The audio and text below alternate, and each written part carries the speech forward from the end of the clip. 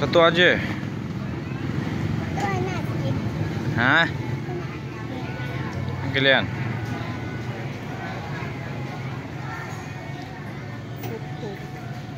Mấy cái. Nó cái liền tả lụ nó thế mà.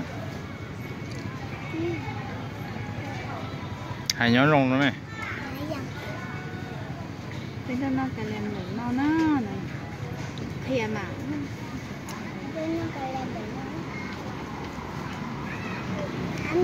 Nóng. To chưa? Hai nè. Nóng hai cho mà.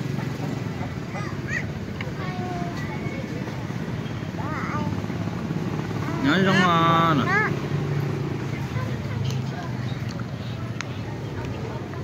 Nó có bao giờ.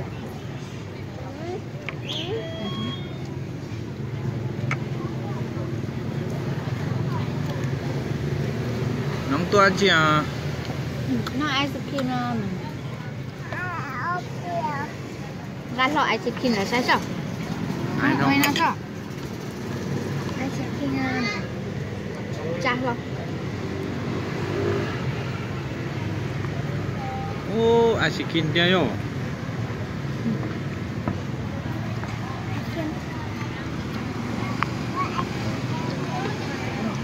Thầy bảo ai lọt nhớ.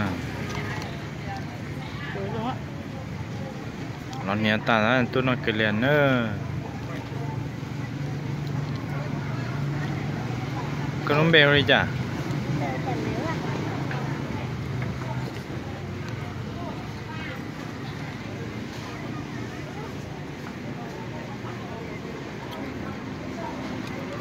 Thả luôn á.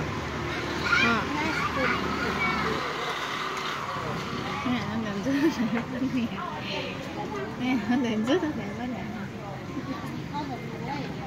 Thầy luôn. Mình thầy luôn vậy nên chị. Không có tới tao con nè, đúng không? Nóng ơi, nóng. Cái giống nó liền là. Đây, nó trơn rồi nó không rồi nữa.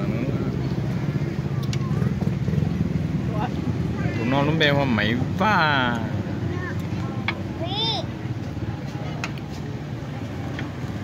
Có đúng bèo đi chả? Hả? À mày từ lo. Ôi vô, lo khó trò luôn. Nó có đúng bèo đi chả? Chết nó. Có đúng bèo đi chả?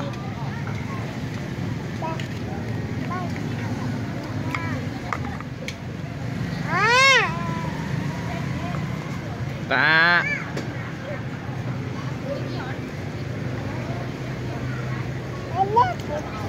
Nó bữa mẹ mình đi mất là. Nhớ giữ mấy một ly lo. Mẹ mình nói mạnh được á. Ô ai là nó nóng tay ư. Đa chưa? Đa chưa? Rồi pu xuống mẹ.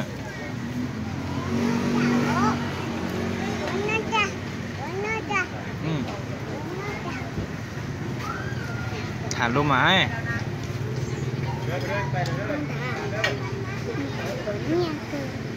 Thả luôn mà, có gì thả luôn của chị thay hả?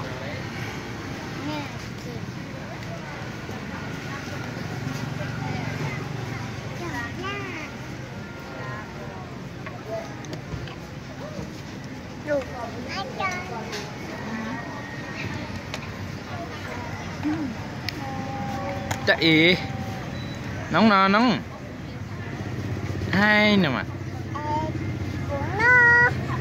bự nó ô nè bự nó cho ta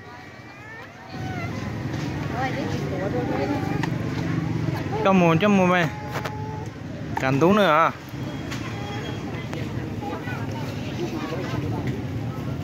tú nữa à mẹ mình nó quá hồng mà chưa nó nè bóc sọ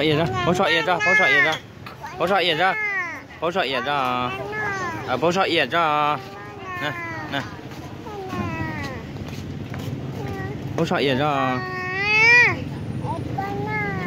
nè ồ trong cái bóng hả trong cái bóng hả ừ nó ăn chứ nó ăn bơ đề nè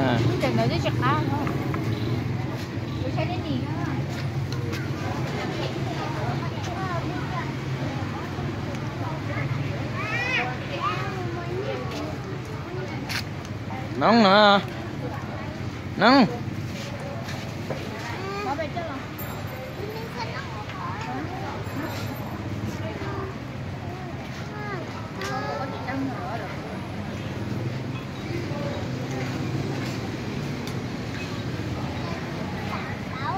nóng ơi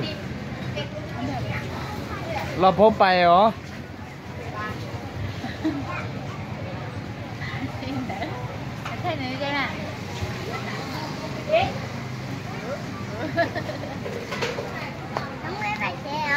cho nóng lò mày nóng lò phố bay hả nó lò phố bay nó lại lò phố mà mua phố mà nhiên nóng ra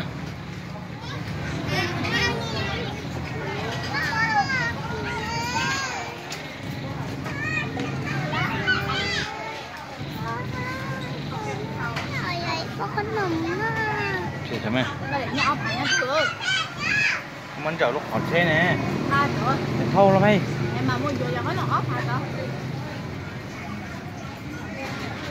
nóng nó nhiên nè ha nhiên nó nhiên nó nè